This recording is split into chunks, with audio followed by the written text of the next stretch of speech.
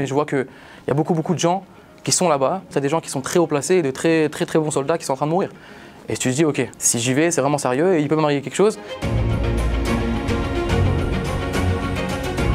J'ai fait l'Aliyah maintenant il y a 8 ans, je suis monté quand j'avais 17 ans en Israël. Quand je suis venu en Israël, j'ai fait le Machon Meir pendant 1 an et demi. Ensuite, je me suis engagé à l'armée dans l'unité spéciale des Golani pendant 3 ans. Et ensuite, je suis revenu à la Yeshiva, j'ai fait une formation de guide touristique. Et aussi, je fais un peu de musique. J'ai sorti une chanson à Jérusalem il y a pas longtemps.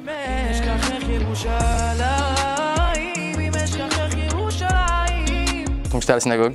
Et dès le matin, on sentait que déjà ils ont dit que la prière devait être raccourcie. Donc on est tous sortis à 10h30 de la synagogue au lieu de sortir vers midi, c'était Simchat Torah, normalement on sort les Sefer Torah et tout. J'arrive à la maison, on entend qu'il y a des choses, on entend que tout le pays, des terroristes sont rentrés, etc. On ne comprend pas exactement ce qui s'est passé.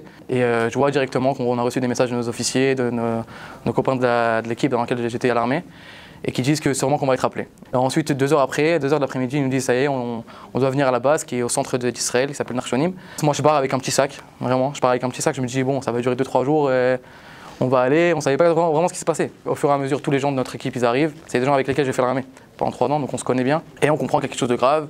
On se dit que c'est une guerre de survie, vraiment. Ça dépend pas vraiment de nous en vérité. Mais je vois qu'il y a beaucoup de gens qui sont là-bas, c'est des gens qui sont très haut placés et de très bons soldats qui sont en train de mourir. Et tu te dis, ok, si j'y vais, c'est vraiment sérieux et il peut m'arriver quelque chose. Et les forces, je dois les puiser de quelque chose qui est plus haut que moi. Ensuite, on part dans le nord, on s'entraîne pendant vraiment longtemps, pendant 2 mois. Jusqu'à qu'arrive le jour où ils nous disent, bon, on revient à la maison. On revient à la maison pendant 1 mois, on va vous libérer. Le Shabbat même, il nous rappelle, il dit, ça y est, on descend à Gaza. Donc là, il y a plusieurs sentiments qui sont là. Encore une fois, c'est dans cette confusion-là. Toute cette guerre, ça a été vraiment un ascenseur émotionnel. Dans le sens où tu dois tout le temps, chaque jour, il peut arriver quelque chose. Donc il y a ces sentiments-là de dire merci. Pourquoi merci? Parce que, ok, maintenant je fais partie vraiment de quelque chose qui est incroyable. Jusqu'à maintenant je m'entraînais, mais là je rentre dans quelque chose qui s'inscrit dans l'histoire d'Israël. Tu arrives là-bas et tu vois à quel point Tsahal, il règne sur l'endroit. Tu vois la puissance du peuple d'Israël. Et je me dis qu'en vérité je suis rien. Je suis rien si j'ai pas le peuple d'Israël, si j'ai pas ma terre. Qu'est-ce que je vaux? Et d'ailleurs, le jour où on est rentré à Gaza, je me rappelle c'était le 7 décembre, le soir même c'était Hanouka. Et le soir on allume les bougies de Hanouka, on dit à la Milchamot, Vala Yeshuot, ces guerres-là qui ont été faites par les Maccabim il y a 2000 ans. En vérité, on continue ça. Notre première mission, elle devait être dans le centre de Gaza.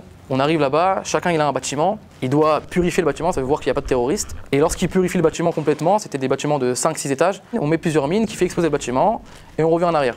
Et on reçoit en radio que voilà, il y a eu 2 blessés et 2 morts. On ne sait pas exactement ce qui s'est passé. Et on se rend compte que quelqu'un qui ne s'en sentit pas très bien dans notre division, il est reparti avec des voitures blindées qui l'ont rapporté à l'endroit où nous on dormait. Et sur le chemin, des terroristes sont venus poser en fait une mine, et ça a explosé complètement cette voiture-là, il y a eu 2 morts et 2 blessés. Quand notre officier entend ça, il dit voilà, on va chercher les terroristes. Encore une fois, on arrive dans un bâtiment, on doit nettoyer le bâtiment, et tout d'un coup, on voit qu'il y a un souterrain. Et ensuite, on se rend compte que ce souterrain-là qu'on a trouvé, en vérité, c'est de là qu'ils sont sortis les terroristes, qui sont venus tuer en fait les gens qui sont passés en voiture. On est arrivé par hasard par là-bas. Pour comprendre cette guerre-là, il y a eu beaucoup de choses qui sont faites par hasard, entre guillemets, mais comme si tu te sens mené en fait par quelque chose qui est plus grand que toi.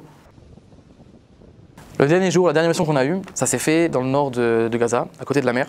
Il y a un chemin dans Gaza qui va du début de la limite de Gaza jusqu'à la mer. Ce qui se passe, c'est que notre mission, c'était quoi? C'était de faire entrer une équipe dans un bâtiment qui était vraiment un très grand bâtiment de 10 étages. Nous, à ce moment-là, on est dans le bâtiment et on attend que l'équipe d'après rentre dans le bâtiment suivant. Et moi, je vais faire mincha avec des potes à moi de l'équipe et on entend un gros boom. Juste après ce gros boom, on entend plein de tirs et on comprend que c'est sur nous. Vite, on se met à couvert. On commence à riposter et on comprend que les terroristes en fait sont vraiment juste en face de nous, à 30 mètres de nous. On parle à la radio, on demande un hélicoptère, on demande un avion et direct ça arrive. Et on commence à fermer le cercle et à voir les terroristes, Baruch Hashem. Un des potes à moi qui était vraiment à la fenêtre, il a vu la roquette qu'ils nous ont tirée juste en haut de lui. Il a remarqué aussi que juste en haut de lui, il y a eu une balle qui a impacté le mur. Donc c'est vraiment des miracles, ça veut dire la ligne elle est très fine entre se faire tirer dessus et entre ne rien avoir.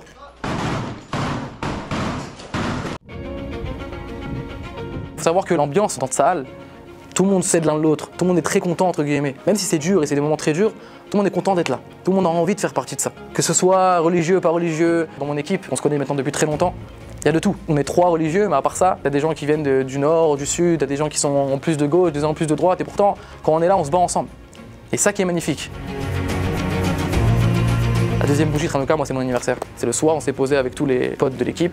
D'ailleurs c'est marrant parce que c'est le druze de mon équipe qui a demandé, tu sais, voilà, j'ai envie que tu me dises un petit truc, moi ça nous apaise quand tu nous dis des choses, etc. Et j'ai envie maintenant que tu me dises tout le temps. Alors je leur ai dit, c'est un truc de fou parce que l'histoire d'Israël continue de s'écrire.